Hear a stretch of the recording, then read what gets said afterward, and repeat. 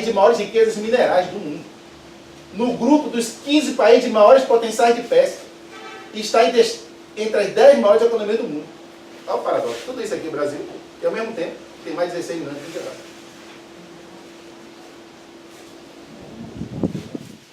Fomentos da miséria, esse slide é meu. É o que eu penso. O que é que gera essa miséria no Brasil? Na minha opinião, são esses itens, ou todos ao mesmo tempo, ou algum. Descaso com a educação. Quando falar que educação é educação integral. Um homem amplo, visando a espiritualização do ser. Uma educação mais ampla do que a que nós temos hoje. Nós estamos lutando para isso. Isso, descaso com a educação. O Brasil tem descaso com a educação formal, quanto mais essa mais ampla. Políticos desvinculados do povo. Estou dizendo que são todos. Uma boa parte. Ineficiência na gestão. Já tem o caso aqui do exemplo aqui da CEAGESP na época. Empresários sem compromisso social. Estou dizendo que são todos. Corrupção.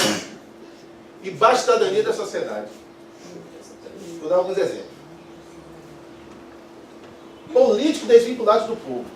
Tem um político, não vou dar o nome, não me pergunte o nome, não vou dizer nem sim nem não. Em São Paulo, o fato que construiu, na época que ele era gestor, uma obra dentro da cidade de São Paulo. Os viadutos e tal, uma obra bonita, mas nada.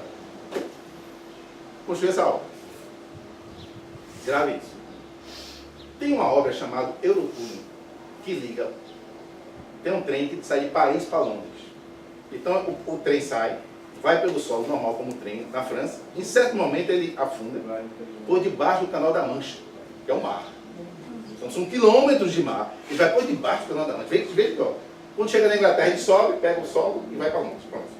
Esse trecho debaixo do mar, imagina, fazer uma obra dessa. Casando por debaixo do mar, para passar o trem. Tudo isso foi mais barato que esse viaduto que eu falei de São Paulo. Ele rouba mais caro.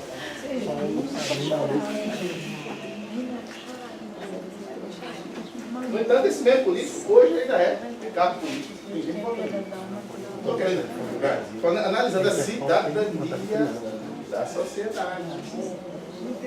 Depois vai culpar Deus, não. Tá reto. Vamos todo mundo pensar nisso. Entendeu? Empresário sem compromisso social. Um amigo meu, lá de Brasília, tem muita experiência na área de gestão, essas coisas, trabalhou muito tempo no Ministério do Planejamento aí. Ele me contando, disse que estava numa. Pessoal, vou ver se em 10 minutos eu fecho aqui para a gente debater um pouco, a gente está conversando, porque o tempo está. Ele foi para uma visita a uma fábrica e o presidente da fábrica, o empresário, chamou ele para almoçar, tá, já pensava em meio amigo famoso nessa área de gestão, muito requisitado. E ele me contando que foi almoçar com o empresário, com o dono da fábrica, em certo local do Brasil. Na hora do almoço, lá na prestante, se levanta um senhor, cabelo branco, na verdade avançado, vai andando para pegar o almoço dele. Aí o dono da fábrica fala com o meu amigo: esse senhor fulano e tal, ele vai se aposentar no próximo mês. Mas eu gostaria muito de ele não se aposentar. Você já está comigo há mais de 40 anos. É um excelente funcionário e rasgou elogio para aquela pessoa. Meu amigo viu aquele senhor passar, ficou calado. Lá para a estante, na conversa, o dono da fábrica largou essa para meu amigo. É porque esse senhor, aquele senhor que se referiu, ele é analfabeto. Meu amigo parou de almoçar, meu amigo daquele de tudo, olhou para o empresário e disse: não é possível.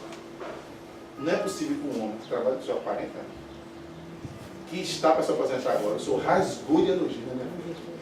O senhor permite que ele trabalhe 40 anos com o senhor, e ele entra no analfabeto e sai analfabeto.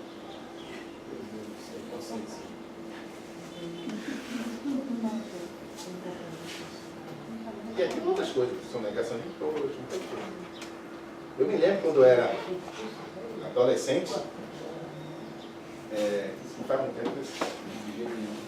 Eu me lembro que alguns amigos meus falavam assim: fulano de tal em Pernambuco, vou dizer o nome lá. Na época, não sei nem se é verdade. Era famoso, que era uma pessoa rica, era famosa porque enrolava, não pagava imposto, aquele negócio todo. E eu notava que ele era ídolo para alguns dos meus amigos. É ídolo. Esse cara que é bom, esse cara que é bom.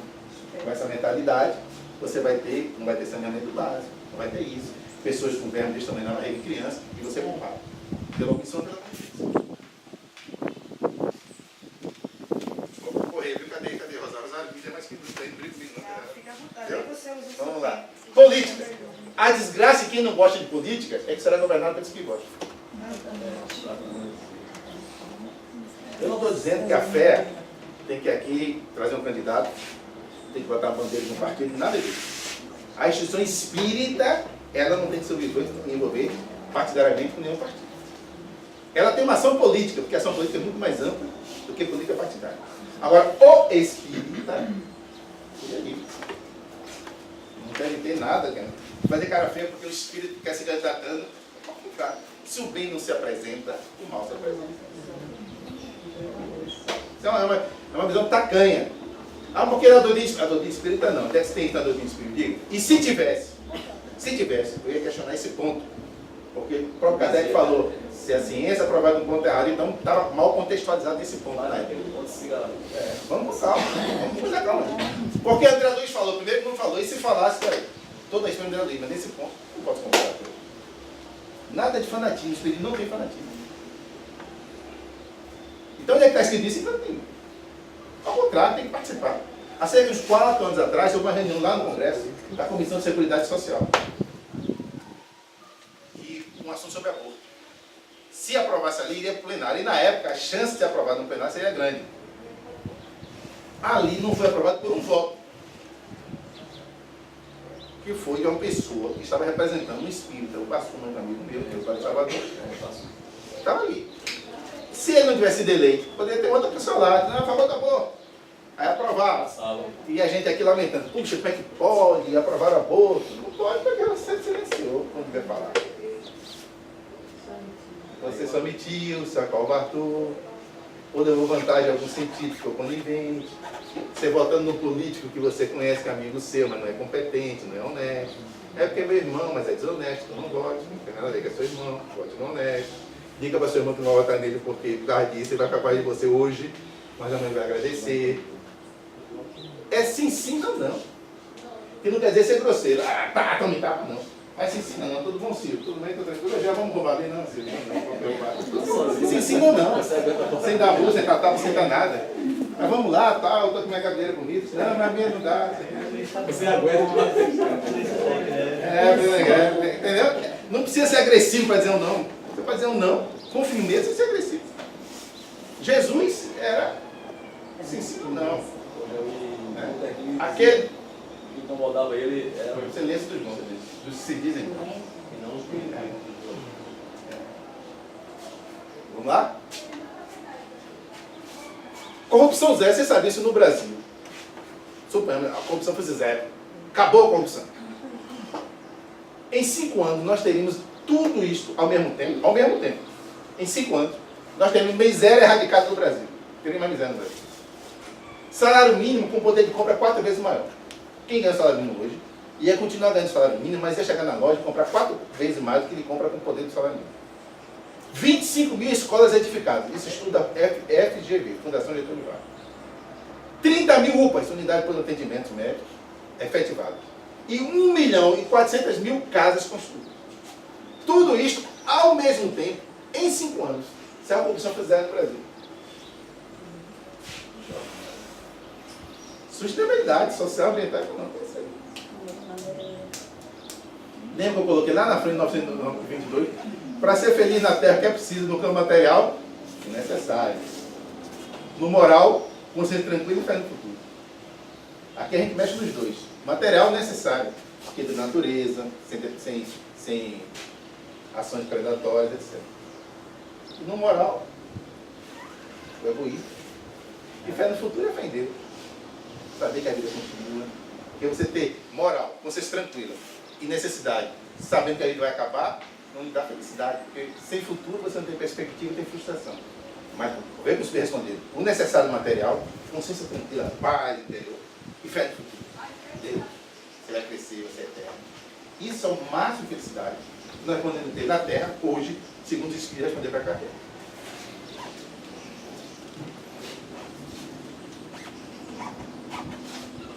Reflexão sobre cidadania. Falei cidadania, né? Isso tem mais ou menos 8 anos. No Rio de Janeiro, fizeram uma pesquisa. 50% dos cariocas falaram que não conheciam nada de direitos humanos. Estou falando Rio de Janeiro, pessoal. Não é uma tribo indígena na selva amazônica perdida. No Rio de Janeiro, população do Rio de Janeiro. há uns 8 anos, 6 anos mais ou menos. A metade falava que não sabia nada.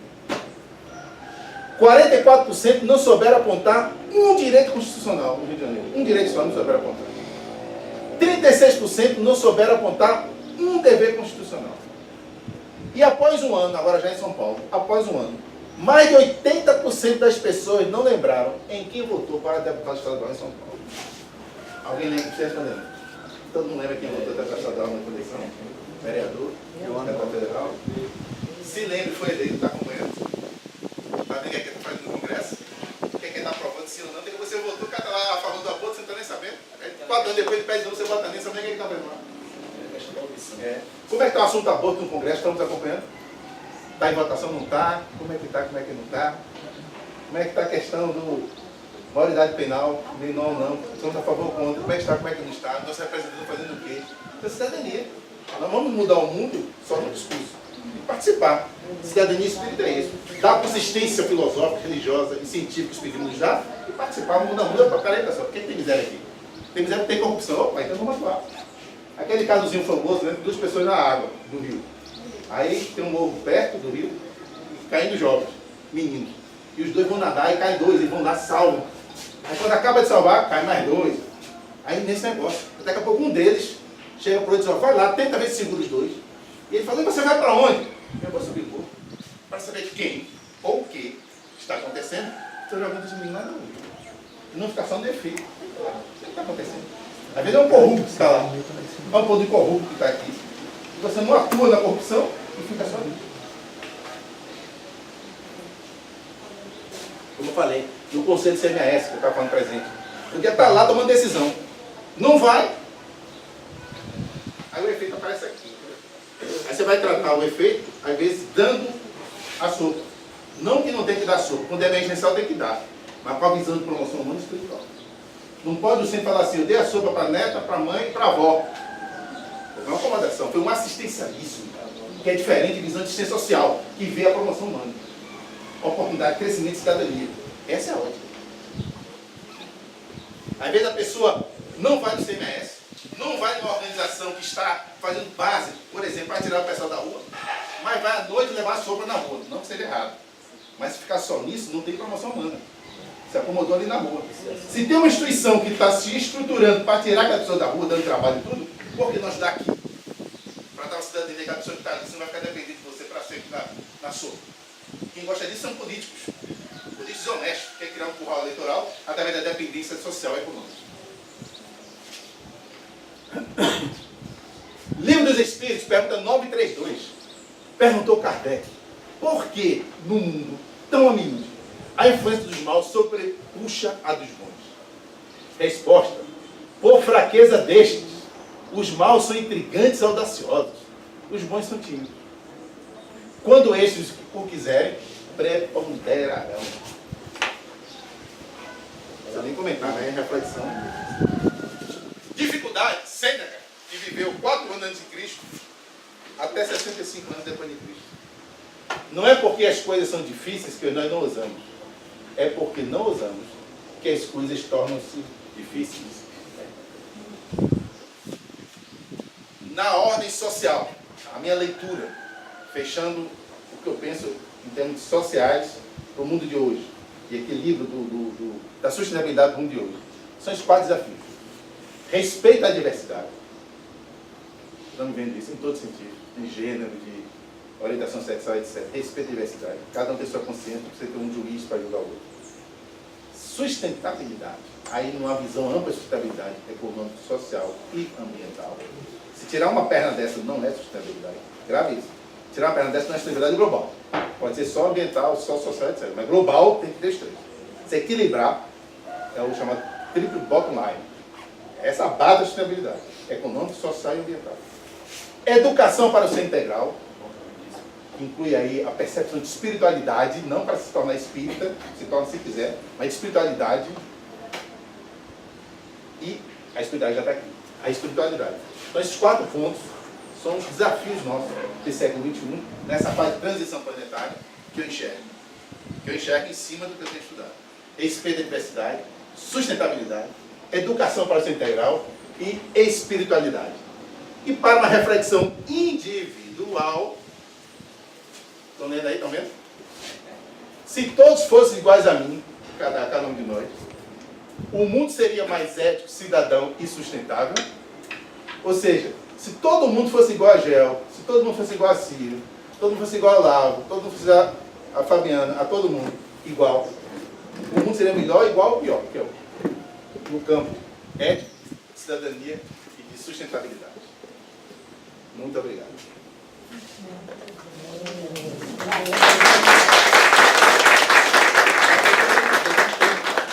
15 minutos, cadê agora?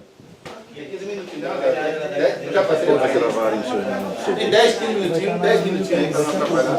Qualquer pergunta que vocês queiram fazer. Você falou ali as metas da ONU do milênio.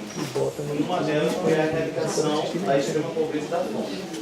Como é que você enxerga a participação e a contextualização do Brasil dentro desse perfil, dessa meta que você colocou? Olha, não sei qual foi a pergunta, mas uma coisa, por exemplo, há muito tempo atrás, Chico Xavier, faz tempo isso, na década de 70, ele me lembra falando isso. A mensagem era que o Espírito falava que o Brasil tem um grande papel de celeiro em termos de alimento. Realmente é. O Brasil depois se descobriu o Centro-Oeste, soja, não sei o que mais, sei lá. Então não tenho dúvida que o Brasil vai ter dois papéis que o Espírito falar lá atrás e eu vejo isso. Uma celeiro de alimentação, vai ajudar em muita alimentação, em termos de planeta Terra. Outra coisa do Brasil é ser uma porta aberta para a imigração. As contingências vão acontecer isso. E desses dois aspectos. Agora, em termos de planeta Terra como um todo, certo? Eu acho que o Brasil é um país em tese pacífico, no que se refere às ações externas, não internas, atuar fortemente nas organizações internacionais, ONU, FAO, essas coisas todas, para principalmente reduzir custos familiares. É um absurdo se gastar 3 trilhões, 5 menos 20% com miséria, com fome. Então, eu acho que a grande bandeira agora é a paz. E essa verba que hoje é canalizada para a guerra por interesses empresariais e qualquer coisa, ser canalizada para eliminar uma coisa que é grotesca. No século XXI, nós temos esse percentual no planeta Terra de pessoas com fome nessa pobreza. Não sei se foi decidir, você perguntou, mas pode responder. Também, mas aí a questão também que eu queria mencionar era como é que o Brasil está se posicionando dentro dele para essas questões da extrema pobreza. Olha, houve uma melhora. Houve uma melhora, tem que reconhecer isso, e eu estou fazendo uma análise para a gente partidária. Houve uma melhora. Mas, é vergonhoso, Brasil, nós estamos entre os 20 piores países do Sandinha. Com aqueles dados que nós temos, que eu coloquei, o potencial de pesca, não sei o que mais, tudo isso, o Brasil não era para ter nenhuma miséria. O Brasil era para ter um padrão norueguês de vida. Vou citar um exemplo aqui, mas, por exemplo, uma vez eu passei para a cidade de Pojuca. Não sei nem como é que está, faz tempo. E eu disse o seguinte. Pior, eu estou do lado todo dia. Eu disse o seguinte, sabe o que eu disse? Eu passei com minha família um dia, faz tempo, alguns anos. Eu disse o seguinte, Ipojuca, se dentro de 5 anos, já passou o período que eu fiquei, dentro de 5 anos, Ipojuca não vão um brinco de cidade, alguma coisa está errada, e manda prender o prefeito. Falei brincando dentro de casa. Por quê? O que Ipojuca está recebendo? De impostos. Sei que. E vai receber mais ainda, refinaria operando, sei que mais. Por diante, tudo é Ipojuca. Então, por que não está um brinco? Vou dar um exemplo para vocês. Eu trabalhei na Petrobras, 73 anos. Estou mais lá porque já aposentei de novo. Tem uma época que eu fiz um vestibular para saber os municípios do Brasil que recebiam royalties do petróleo. Ou seja, que eles produzem petróleo e recebem percentual. Não é nem a Petrobras que paga, é o Tesouro que paga. Mas a gente fez um estudo para saber socialmente como é que estava sendo aquele caso. Uma vergonha. Com raríssima exceção. É um município lá no Paraná, não sei aonde. Aí você vai ver a população do município, vamos supor, 10 pessoas. E a renda que chega pela produção disso, aquilo, né? Era para ser um brinco. Todos os coisas na escola, com merenda, com tudo bonitinho, os pratos tudo arrumado. Chega lá tudo esburacado, esculhambado, uma bagunça. Por quê? Roubo, vamos ser claro. Corrupção, desvio de verba. E contra isso, nós temos que ser firmes. Vamos orar por eles. Orar e prender. Orar e prender. Me permita aqui, vou dar uma pergunta aqui. Eu posso contar um casozinho rápido? Não é nem de corrupção, mais ou menos, mas só para dar esse exemplo de prender. Eu conto muito isso por aí, alguns já escutaram. No ano de 2003, eu fui lá na cidade de Bauru, em São Paulo, no Noroeste de São Paulo, do estado de São Paulo. Na época eu fui lá fazer um trabalho ligado ao planejamento e tal, na área de segurança. Eu não sou de segurança não, mas me convidaram para ir. Bom, eu e mais 3 amigos, 3 pessoas. Passamos uma semana lá. Quando eu estava lá em Bauru, na época, não sei se hoje é assim, Bauru era centralizada a questão de segurança daquela área toda, da região toda, das cidades. E então eu fui lá falar com o comandante, conversar com ele, tal. E uma das cidades, perto de Bauru, é Presidente Prudente, que tem lá um chamado Presídio de Segurança Máxima. Na época, quem estava lá nesse presídio, ninguém me disse, não, eu vi lá, estava lá dentro. É uma pessoa que sabe o nome, não o de valor. Todos nós somos irmãos, mas o contexto. Fernandinho Beiramar, que é o que está falando dele, já? Tráfico de drogas, etc. Pois bem, você sabia que nessa época, e ninguém me disse não, depois você até na revista. Depois disso é na revista. Mas o comandante me disse, o pessoal lá me disse, na hora me mostrando as coisas, que eu tinha que ver tudo. O Fernandinho Beiramar, na época, tinha 24 advogados a favor dele. Só para ele. 24 advogados. E o grupo dele, que é um enorme, tem mais de 120 advogados. Não estou dizendo que a pessoa não tem direito de defesa, lógico que tem. Seja quem for, tem direito de defesa. Mas 24 advogados para uma pessoa só. Porque o tráfico de drogas dá dinheiro. E os homens de bem, então, esse 94% diz que é cristão. Estão fazendo o quê? Aí, só fazendo um paralelismo com isso, eu me lembrei, nesse caso, lá na hora, eu venho refletindo, eu me lembrei lá do Regeneração. Um certo episódio aconteceu lá, que na época eu estava na presidência do nosso querido Regeneração, que o Olavo também já foi presidente, grande Olavo, aprendi muito e aprendo muito com ele. E lá nesse dia, eu me lembro, depois de uma reunião pública, eu estava ali, eu fiquei assim lá de fora, né? E veio uma senhora, uma diretora da instituição na época, falou, Gel, você pode falar com fulano?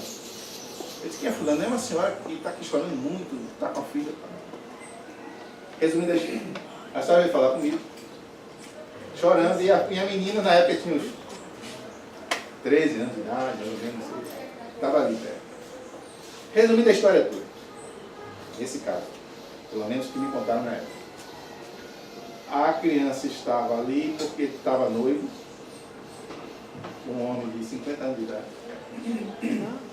Eu também sou noivo, estava permitindo, enfim. Ela falou, não, ela está noiva. Eu pensei que era um noivo ali, da juventude da Regeneração. Eu olhei assim, vários jovens, tá? Eu pensei que era um daqueles que era noivo. Não, o homem nem estava lá. Eu disse, isso não é noivo, isso é pedofilia, né?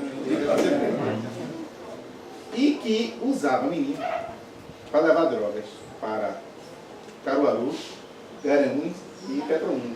Porque indo, ninguém desconfiava. Né? Aí eu falei para ela, comecei com ela, a mãe dela, sobre o que fazer, né? Tratamento espírita, médico, que ela já era viciada. Jamais abandonar o tratamento médico, terapia espírita, enfim, perdi tudo nesse ano. Quando terminou a conversa, eu falei para ela, agora temos que ajudar o noivo dela. Aí a mãe testou o noivo dela, ajudar, né? Ela estava com raiva do noivo, queria ajudar, ela ajudar. E como é que a gente vai para ajudar? Eu disse, prendendo ele. Aí quando eu falei prendendo ele, a diretora que me apresentou estava perto de mim. Acho que eu me cutucando assim por trás, me cutucando, sabe? Ela disse, olha, Gel, e a caridade? E a caridade? Eu disse, a caridade é isso. Porque prendendo esse noivo, prendendo, ele vai dar uma grande chance de sua filha se libertar dele. Ele, pelo menos temporariamente, é uma prisão bem feita. Não vai influenciar outras crianças, adolescentes, como está influenciando. Vai ser um bem para ele, porque ele preso vai errar menos. Vai ter tempo de refletir, se comprometer menos espiritualmente falando. Então tem que ser preso. Então, a gente às vezes pensa que amar é só, oh, meu filho, minha casa, meu plano. Ao meio do Rabi da Galileia, Jesus. Foi o meio do Rabi da Galileia? Foi. Mas foi o mesmo que falou hipócritas, raça de vida. Ele não foi violento. A diferença é que quando a gente fala da emoção. Você é hipócrita, já quer dar um tapa. Jesus não, é com tranquilidade, é que eu imagino. Que ele não tinha equilíbrio emocional. Hipócritas, que não era mesmo? Ele estava mentindo. Aquele que nunca pecou, que atira a primeira vez. Que é uma firmeza maior que essa. E depois bateu o olho assim. Momento de reflexão. Aliás, como está no finalzinho, me permite uma piadinha aqui, não sei se você conhece, tem parentes sobre esse episódio. É uma piadinha aqui. Diz que, com todo respeito, viu, pessoal? Isso é uma piadinha só para descontrair. Tinha um português, adoro português. Se tiver um português aqui, sabe? Nessa época de Jesus, tinha um português no meio ali, sabe disso? Aí, Jesus falou, aquele que nunca errou, que atire a primeira pedra. Aí disse que o português é brincadeira, só para descontrair. Aí daqui a pouco, pá, o tijolo na cabeça da mulher. Aí todo mundo falou, Jesus, Jesus, foi ele, foi Manuel. Aí Jesus se virou português, Manuel, foi você que atirou a primeira pedra? Foi, Jesus. Você nunca errou, Manuel. Dessa distância, não.